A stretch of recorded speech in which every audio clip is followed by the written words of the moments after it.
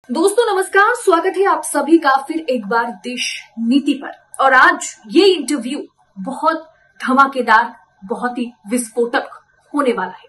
तो इस इंटरव्यू को दोस्तों आखिर तक देखिएगा, क्योंकि आपको हेडलाइन देखकर, थंबनेल देखकर समझ आ ही गया होगा कि आज हम इस इंटरव्यू में किससे बात करने वाले हैं।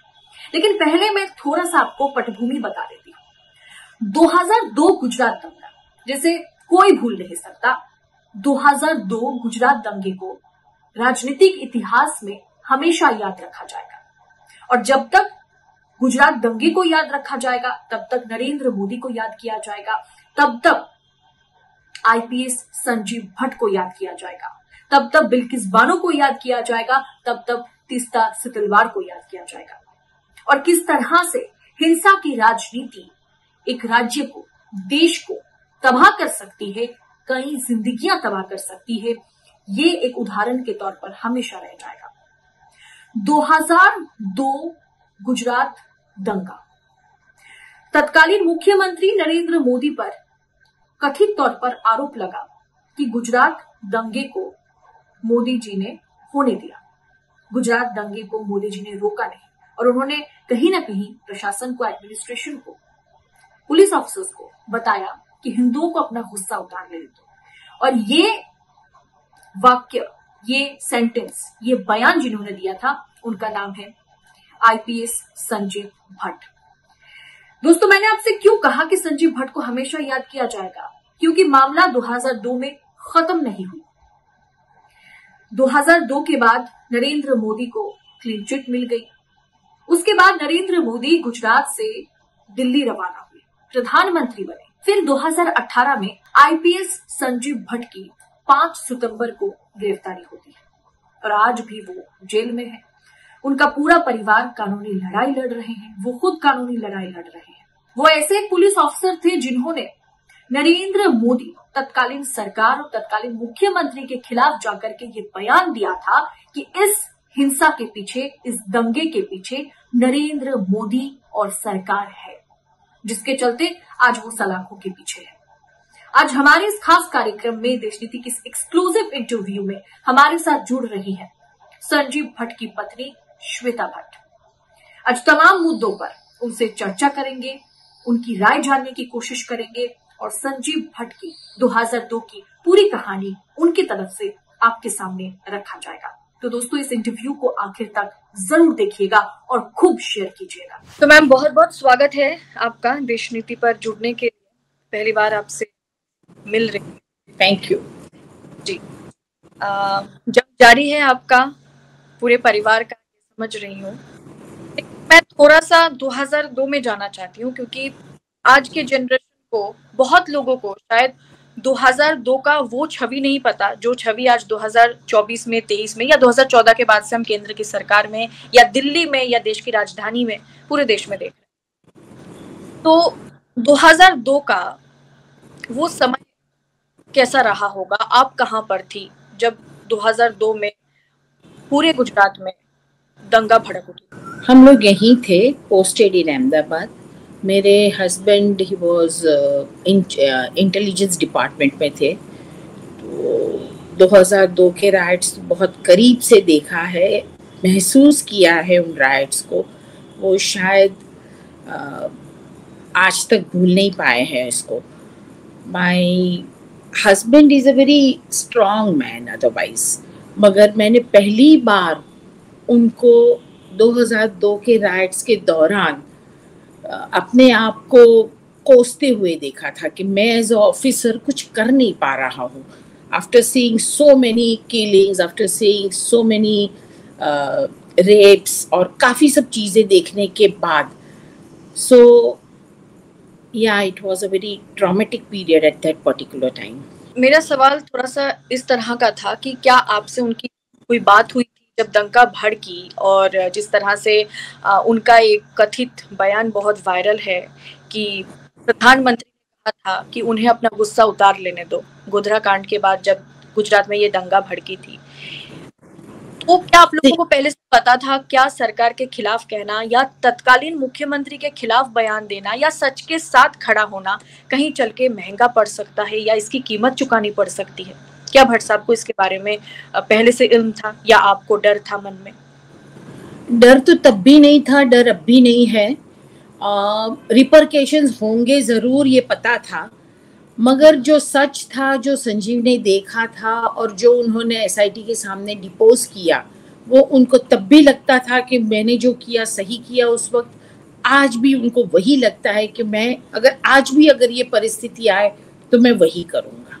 सो ही उसने हमेशा सच का साथ दिया है, क्योंकि वो फर्मली मानते हैं कि एज अ ऑफिसर यहाँ कोई रेप हो रहा है या कोई खून हो रहा है तो ये मेरा काम नहीं है देखना कि ये हिंदू है या मुस्लिम है। मेरा काम एज एन ऑफिसर यही है कि कोई क्राइम हो रहा है उसे मुझे रोकना है। सो वो बात तब भी तय थी, आज भी तय है, और उसी के लिए तो ये लड़ाई लड़ रहे हैं हम लोग। ये लड़ाई हमारी निजी लड़ाई नहीं है। वी आर नॉट आस्किंग, हमारी तो कोई डिमांड ही नहीं है पर्सनली देखा जाए कि हमें सर्विसेज में वापस ले लो या हमारा प्रमोशन कर दो या हमें पोस्टिंग दे दो। हमारी कोई बात नहीं है। हम आज भी वही सच्चाई के लिए लड़ रहे हैं और आज तक कॉम्प्रोमाइज नहीं ही किया है हमने। सो वो लड़ाई में कोई गिल्ट नहीं है, वो लड़ाई में कोई ऐसा नहीं है कि रिपरकेशन से डर गए, कुछ भी नहीं है। और we will see to it के ये लड़ाई मेरे हस्बैंड ने, it was a chosen fight as he says. किसी ने फोर्स नहीं किया था कि आप इसमें जुड़ो या आप ये करो या आप दूसरे की इनजस्टिस के लिए लड़ो या दूसरों की आवाज बनो। वो उनकी चॉइस थी और वो हमेशा कहते हैं कि मैं उसको लॉजिकल एंड तक लड़ूंगा।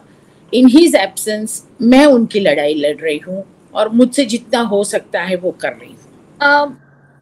आपने जो ट्वीट किया है 5 सितंबर को, मैं उस ट्वीट के बारे में थोड़ा जानना चाहूंगी।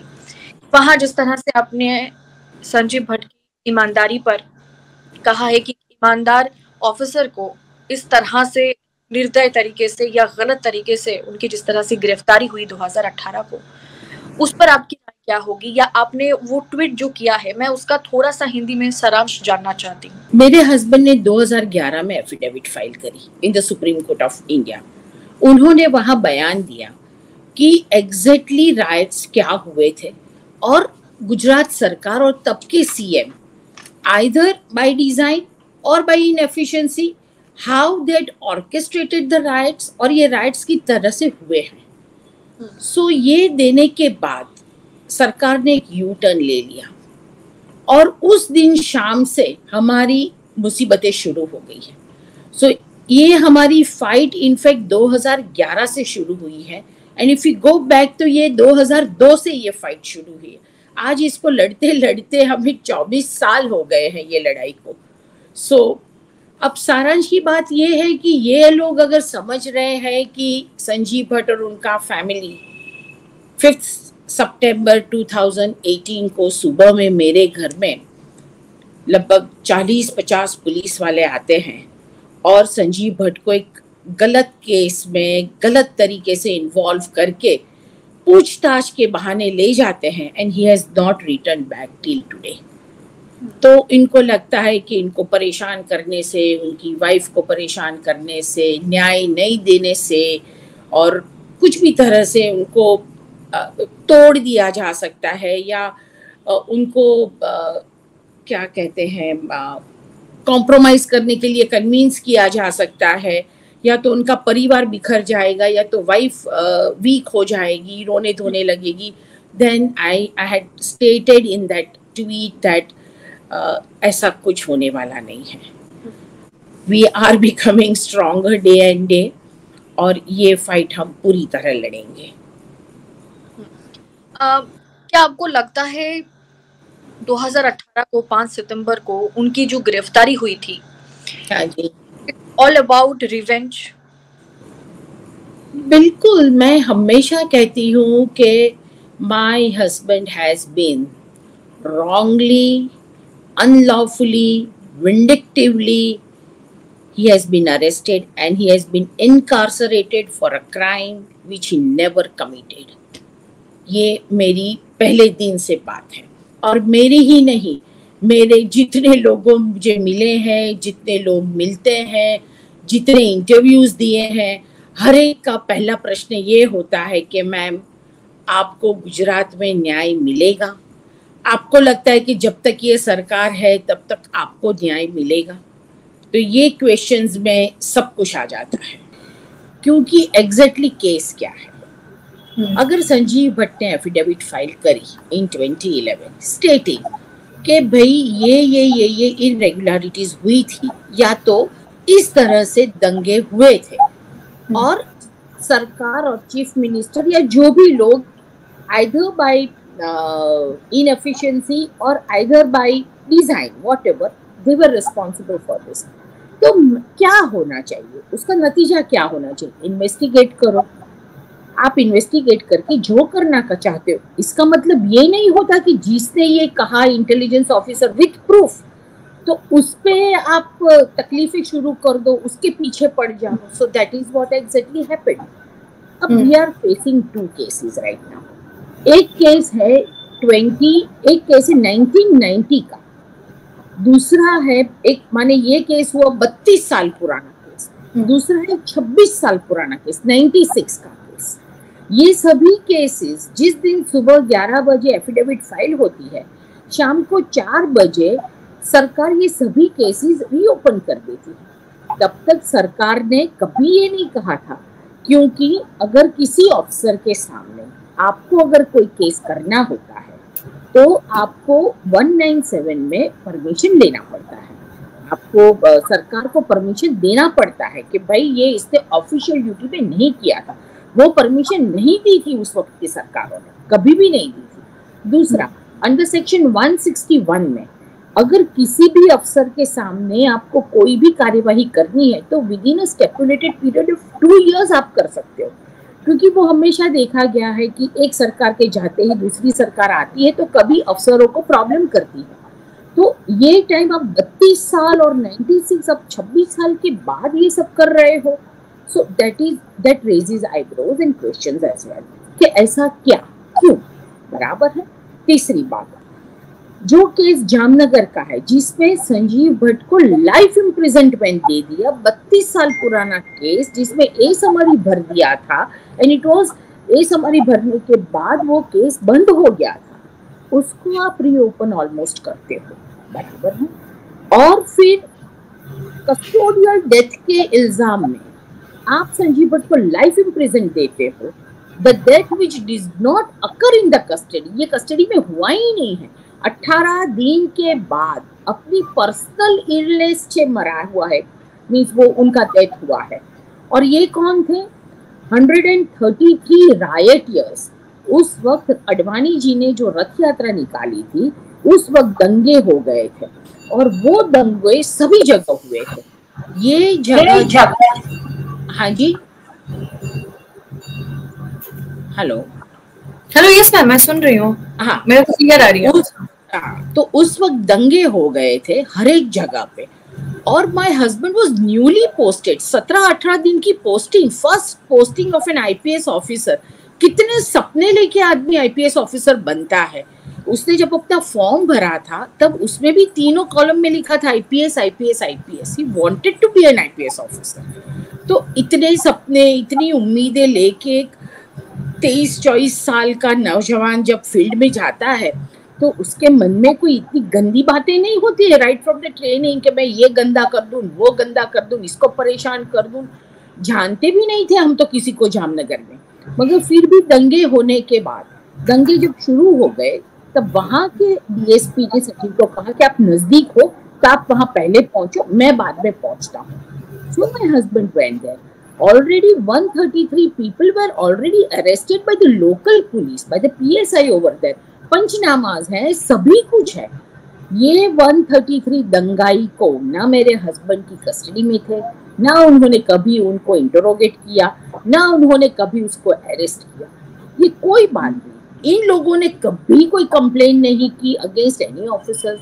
उन्होंने ये भी नहीं कहा, मैजिस्ट्रेट के सामने दूसरे दिन ले गए तो भी कंप्लेन नहीं की, पुलिस जेल पुलिस में कंप्लेन नहीं की, कभी कोई डॉक्टर्स के सामने भी कंप्लेंट उन्होंने नहीं की है कि हमारे साथ गलत व्यवहार हुआ या मारा या पीटा। There is no evidence of internal external injury, कुछ भी नहीं, कोई पोस्टमार्टम रिपोर्ट में नहीं, कोई हिस्टोपैथोलॉजिकल रिपोर्ट में नहीं, कुछ भी नहीं। ये आदमी he was released on bail after 18 days of being released. वो अपने कोई दूसरी हॉस्पिटल में अपनी कोई निजी बीमारी की वजह से हुआ होगा उनके साथ कुछ, जो हुआ वो अच्छा नहीं हुआ, मगर we were not involved in that. अब ये केस में जबरदस्ती से आप संजीव भट्ट को इन्वॉल्व कर देते हो, और किस तरह से, देयर इज नो एविडेंस, किसी ने कोई प्रूफ नहीं है। आप पूरा वो केस स्टडी करो और कोई भी एक भी वकील ये बताए कि नहीं ये केस में तो ये आदमी को या तो जो भी है उनको सजा होनी चाहिए, तो we can have a debate on it. कोई भी वकील को आप पूछ लो, एवरीबडी इज सरप्राइज कि इसमें कैसे हो सकता है, इसमें कैसे हो सकता है। कोई दंगाई को कोई गिरफ्तार करते हैं, ये तो उन्होंने तो गिरफ्तार भी नहीं किया, मगर उनकी मेडिकल हिस्ट्री थोड़ी पूछते हैं हम लोग।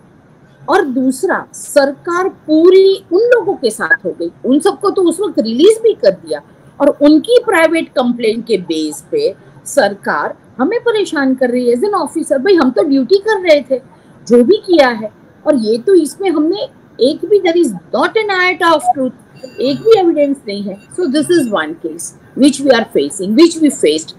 ये केस में क्या हुआ जामनगर में, अचानक से प्रोसिक्यूशन इतने साल तक चला, 2000, आप अब अगर कहते हो कि 1990 का केस है, तो तब से लेके प्रोसिक्यूशन 2018 तक चला।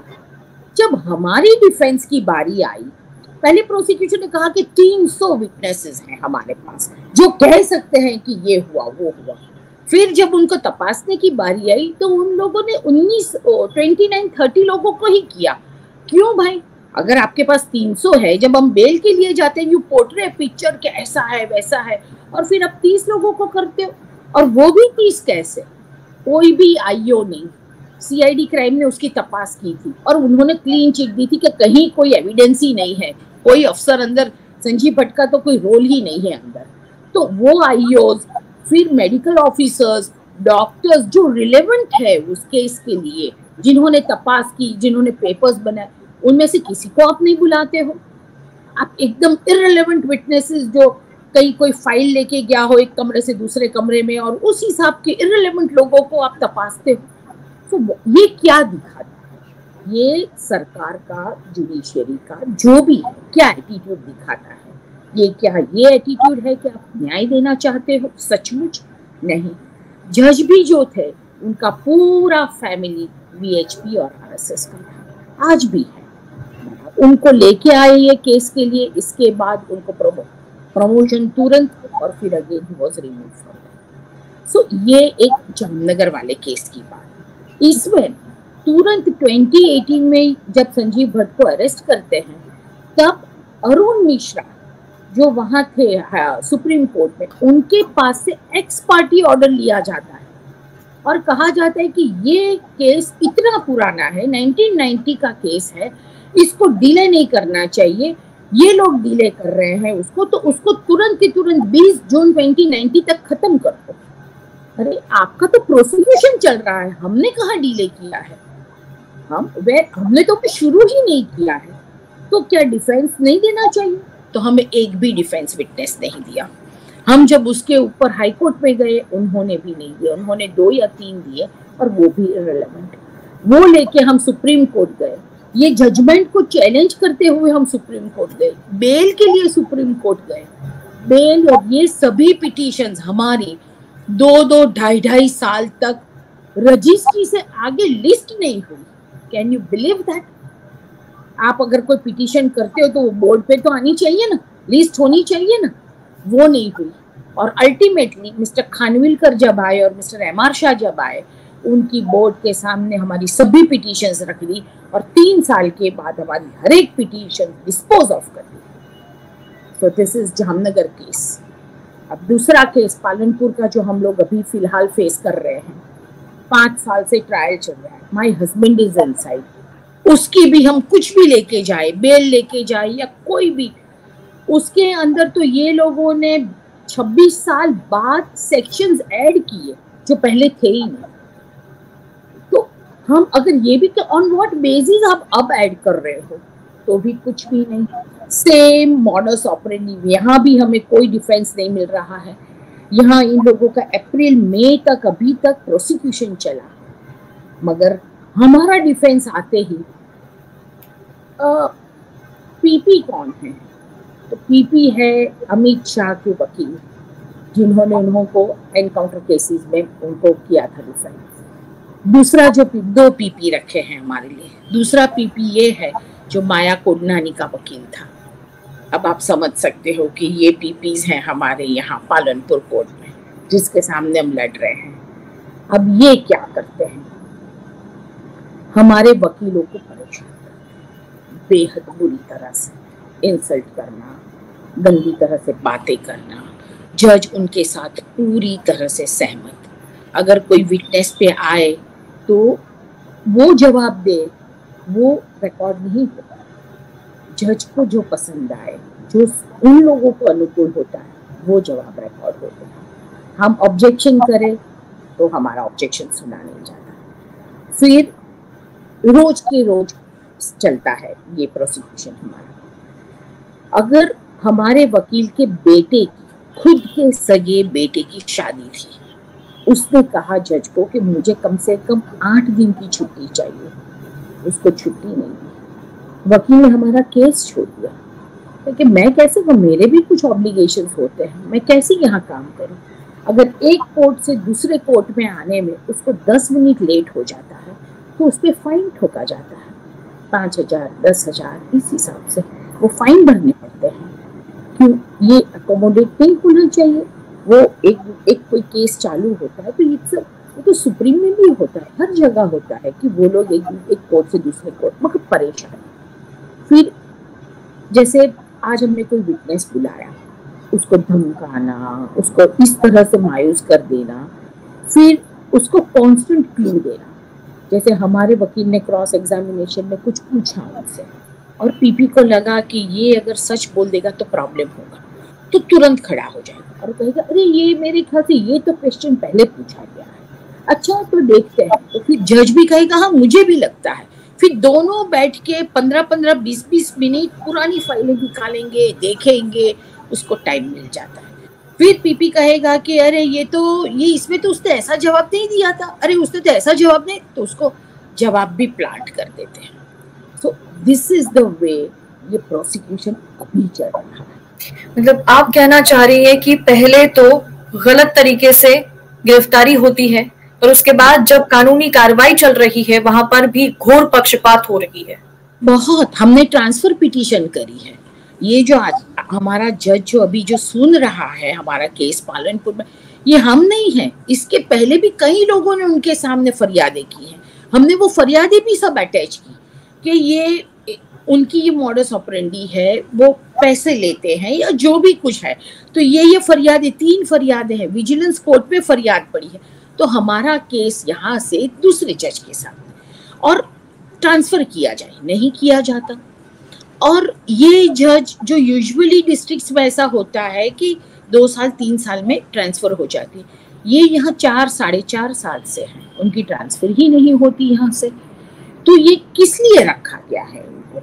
और अगर हम कहें कि हमें यूजुअली क्या होता है कि अगर अक्यूज कहता है कि मुझे लगता है कि मुझे यहाँ न्याय नहीं मिलेगा, तो it is the duty of the जज एज वेल कि वो रिक्यूज कर ले, मगर ये रिक्यूज नहीं कर रहे। अब जैसे डिफेंस खत्म हुआ, आज प्रोसिक्यूशन आज खत्म हुआ, फॉर एग्जांपल ये 2 महीने पहले की बात है, तो तुरंत के तुरंत 5:45 बजे जज कहते हैं कि अभी के अभी फाइनल आर्ग्यूमेंट शुरू करो। तो कोई भी हमारा लॉयर नहीं था कोर्ट में उस वक्त, सब घर चले गए।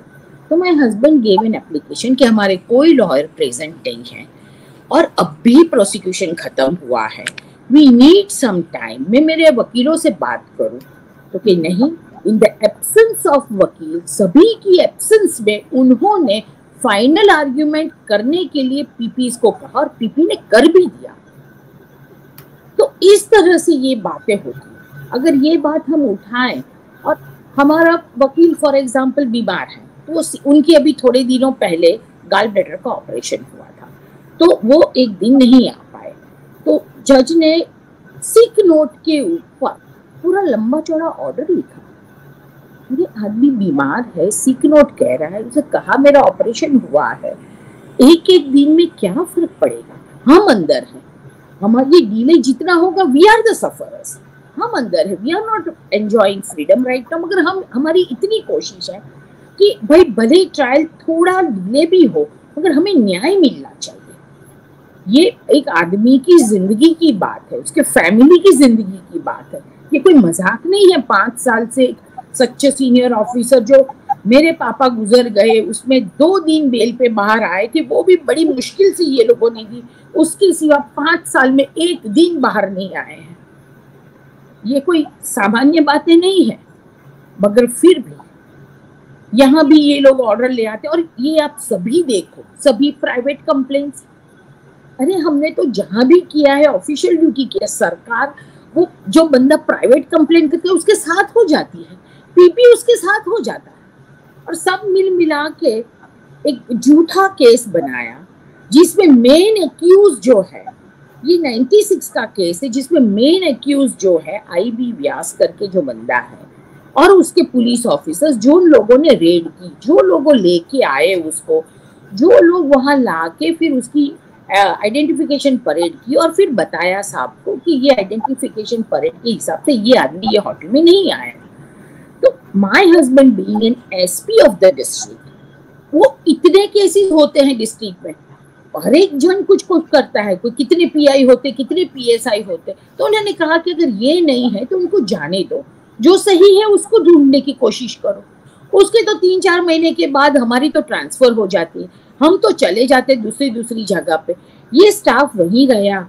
और उसके बाद कितने SPs आए, उन लोगों ने जो भी जानकारी छानबीन की, इन्वेस्टिगेशन किया, जो भी किया होगा ना। ये IB व्यास ने कभी मेरे हस्बैंड के नीचे फिर नौकरी की ना, कभी हम उसको मिले। इतने साल में तुम कुछ नहीं कहते हो, और अब 2018 में आके सीधा ये कहते हो कि मैंने किया, मैं लेके आया, मैं इसको अरेस्ट किया, मैं ये सब कुछ मैंने किया, मगर सर के कहने पे किया। ये कहाँ की बात हो गई? यू एडमिट कि आपने सब, तो सरकार ने मेन एक्यूज नंबर 1 को गवर्नमेंट अप्रूवर बना दिया, और उसकी टीम जिसके साथ उसने ये काम किया था सभी को गवर्नमेंट विटनेस बना दिया, और संजीव भट्ट जो कहीं थे ही नहीं पूरी बात में, उनको अब अक्यूज बना दिया। तो आपको लगता है कि ये जो कुछ भी हुआ है, जिस तरह से आपके हिसाब से जिन केसेस में उन्हें अभी तक सलाखों के पीछे रखा गया है और कोर्ट की कार्रवाई भी उसी प्रकार से हो रही है, क्या आपको लगता है इसके पीछे वही 2002 का मुद्दा है, जिस स्टैंड के साथ, जिस ईमानदारी के साथ उन्होंने सत्ता पक्ष के खिलाफ जाकर के उस समय जो है सच का साथ चुना था? ये वेंडेटा ही हो सकता है ना, और क्या हो सकता है। मेरा घर तोड़ दिया 2018 के स्टार्टिंग में। ये घर पुराना घर है जहां हम लोग रहते हैं, संजीव के पेरेंट्स का घर है, इसमें कोई इलीगलिटी नहीं है, हम टैक्स भरते हैं, वर्षों से यही घर है। तो आके किचन वाला पूरा पोर्शन, आधा घर तोड़ दिया।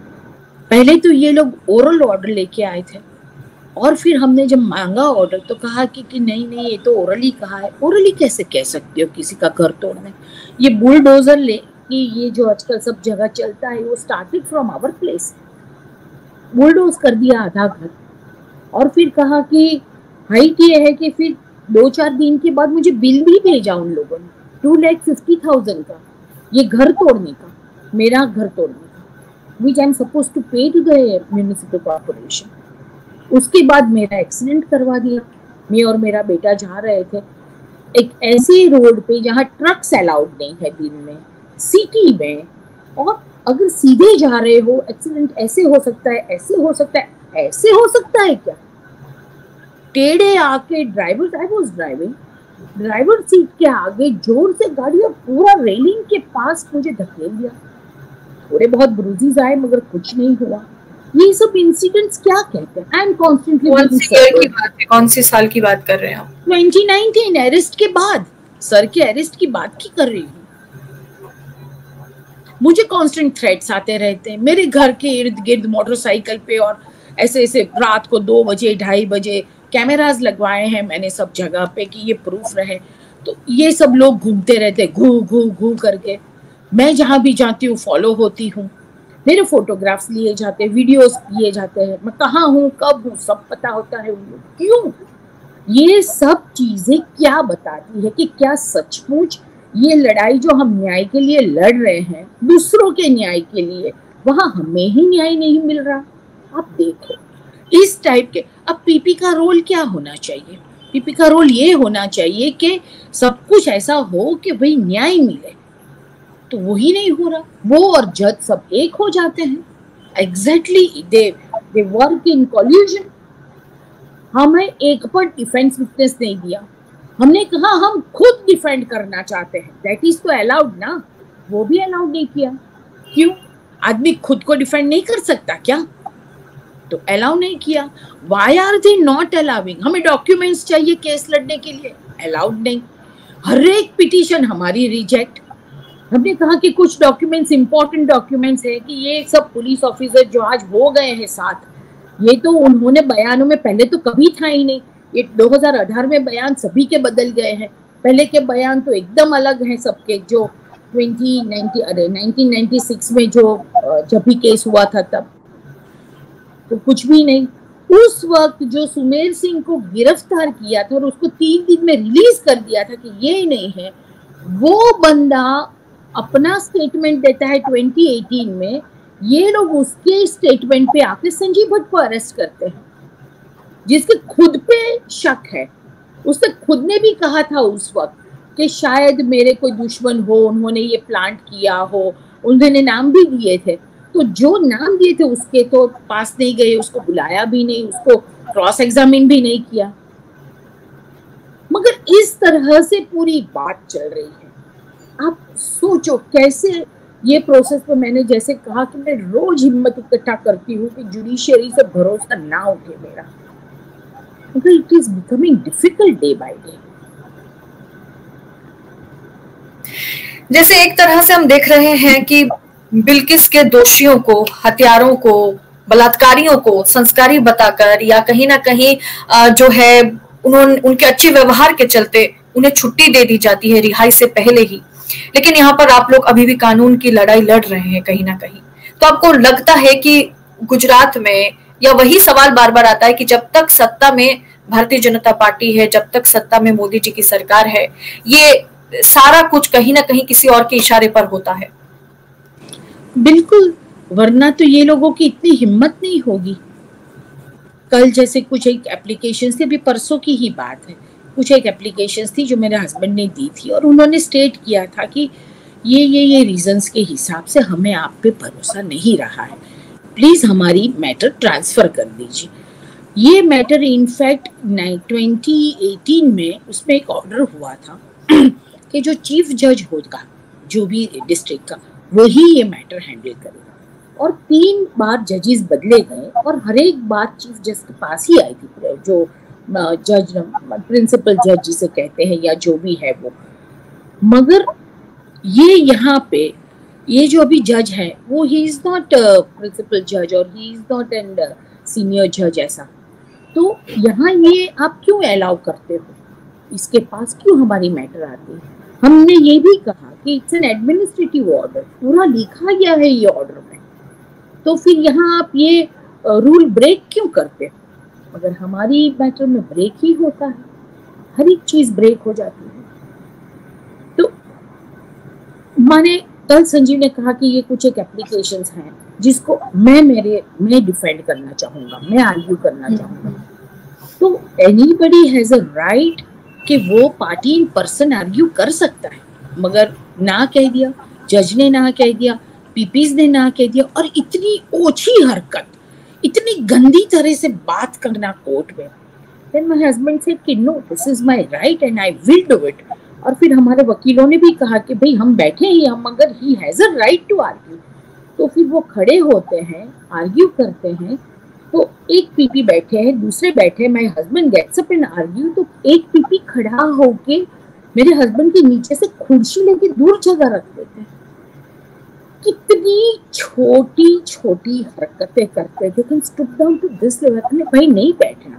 फिर वो कोर्ट रूम में क्या होता है, दूसरे कितने वकील हैं और एवरीबडी रिस्पेक्ट संजीव भट्ट, क्योंकि पता है कि ये सच की लड़ाई। सब लोग आ गए कुर्सियां लेके और सबने दे दी संजीव भट्ट को कुर्सी। कितनी बेइज्जती हुई। मगर ऐसी छोटी छोटी हरकतें करते ये लोग। लेकिन कभी आप लोगों पर या संजीव भट्ट पर किसी तरह का प्रेशर आया कि जो बयान उन्होंने 2002 में दिया था उसके लिए वो माफी मांग ले, या सरकार के साथ कहीं ना कहीं या सत्ता पक्ष के साथ हाथ मिला ले? कि ये सारा मामला हमने देखा है किस तरह से बीजेपी को वॉशिंग मशीन कहा जाता है, कि अगर कोई घोटाला करता है तो अगर सरकार में शामिल होते हैं या भाजपा ज्वाइन कर लेते हैं तो वो धुल जाते हैं। ऐसा प्रेशर क्या संजीव भट्ट पर भी कभी आया? कॉन्स्टेंट आया है। देखो ये सब इंसिडेंट्स उन्हीं है, इसीलिए तो करवाए कि अभी टूट जाए, बिखर जाए और कॉम्प्रोमाइज के लिए तैयार हो जाए। अब लगभग 8-9 महीने के पहले काफी कुछ साधु संत हमारे घर आए थे और फिर आके बैठते हैं। सच्चे थे या ऐसे कपड़े पहन के आए थे पता नहीं। फिर उन्होंने बाहर से कहा कि आशीर्वाद देने आए हैं। तो हमारी जो मेड है उसने उनको बुलाया, फिर मुझे बताया, तो मैंने भी नमस्ते किया, बोला कि क्या कप चाय लेंगे। शांति से बातें की कि कितने खराब लोग हैं, ये है वो है, हमारी सिंपथीज में तो आपके लिए हवन किया हूँ, प्रार्थना करते हैं, ये वो सब। मैंने कहा कि आपका बहुत शुक्रिया, हमें आप सबकी दुआ की ज़रूरत है, ये सब बातें। फिर धीरे से बात आती है कि क्यों ये सब झंझट में पड़ते हो, कल को तुम्हारे हस्बैंड को अंदर मार देंगे कोई तो कैसा लगेगा, कैसे बचाओगे, तुम्हारी बेटी का कुछ ऐसा कर देंगे, तुम्हारे बेटे के साथ कुछ ऐसा हो जाएगा तो कहाँ कहाँ घूमती फिरोगी, तुम्हें कोई कुछ कर दे, ये माने ये सब। फिर मैंने कहा कि आप आशीर्वाद देने आए हैं या धमकी देने आए हैं, तो मुझे भी पता चले तो मैं उस हिसाब से आपके साथ, मैं तो आपके पहरवेश से रिस्पेक्ट करती हूँ आपको, नहीं वो तो तुम्हें जो समझना है, समझदार युवती हो तुम, समझ लो क्यों आए हैं, क्या तुम्हें आगे क्या करना, बात करो अपने हस्बैंड से, ये वो, इस तरह का माहौल। आज इतने साल बाद भी थ्रेट या घर पे आकर के इस तरह की धमकी अभी भी घूमते ही हैं लोग आसपास। मैंने जैसे ही कहा कि constant, we are being constantly watched. और ये परेशानियां कर रहे, क्यों कर रहे हैं, आपको क्या लगता है? ये कोर्ट में चलाने दो ना, सीधी तरह से जैसे केस चलता है, जैसे नॉर्मल दूसरे केसेस चलने दो। रोजा था हमारे वकील का, उसमें भी 6:30 बजे तक उसको खींचते रहते हैं। ये तो क्या है, ह्यूमनली एटीट्यूड भी होता है। अगर हमें पता चले कि ये किसी का रोजा है तो हम उसको परेशान नहीं करते, मगर फिर भी वे इंसिस्ट कि वो चलाए। हमारे केस हम डिस्कस कर सके, माने हमारे लॉयर के साथ बैठ के, उतना टाइम भी नहीं दे रहे। ऐसी बात नहीं है, हमें भी बात करनी, फिर संजीव को तो लेके चले जाते हैं। तो कब हम मिले, कब बात करें, टाइम ही नहीं मिलता। माने आप न्याय करना चाहते हो या बिखारना चाहते हो या परेशान करना चाहते हो या ब्लैटेंटली ऐसा करना चाहते हो कि न्याय ही ना मिले। हम अगर कहें कि हमारी ये पिटीशन आपने रद्द कर दी, हमें हाई कोर्ट में जाना है या तो हमें सुप्रीम में जाना है, क्योंकि ट्रांसलेशंस कराने पड़ते हैं। यहाँ सब कुछ गुजराती में होता है, अगर सुप्रीम में जाना है तो हमें सब कुछ इंग्लिश में ट्रांसलेशन कराने पड़ते हैं। तो ये सब चीजें इजी नहीं होती हैं। तो नहीं, टाइम ही नहीं दे रहे। यू वोंट बिलीव, हमारा केस नहीं ले रहे हैं। यहाँ हाई कोर्ट पे इतना दबाव है कि हर कोई कहता है, इतने सालों में कितनी पहचान होगी, आप सोचो। ऑफिसर थे, सच्चे सीनियर IPS ऑफिसर, कितनी पहचान, मगर फिर भी सब हाथ जोड़ के कहते कि श्वेता, आई अंडरस्टैंड तुम बहुत खराब परिस्थिति से गुजर रहे हो, मगर हम ये केस नहीं लेंगे, तुम्हारा नहीं लड़ पाएंगे, क्योंकि वरना ये लोग हमारे पीछे पड़ जाएंगे, हमारी कैरियर तबाह कर देंगे। जी मैम, 1 घंटा होने जा रहे हैं और शायद ये कॉल कट जाए उससे पहले मैं आपका शुक्रिया अदा करूंगी। और अपना ध्यान रखिएगा, बस सच की जीत हो, इसकी ओर सब बढ़े। बहुत बहुत शुक्रिया। आपका एक सब्सक्राइब हमारे लिए महत्वपूर्ण है। देश नीति को अभी सब्सक्राइब करें और बेल आइकन को दबाना ना भूलें।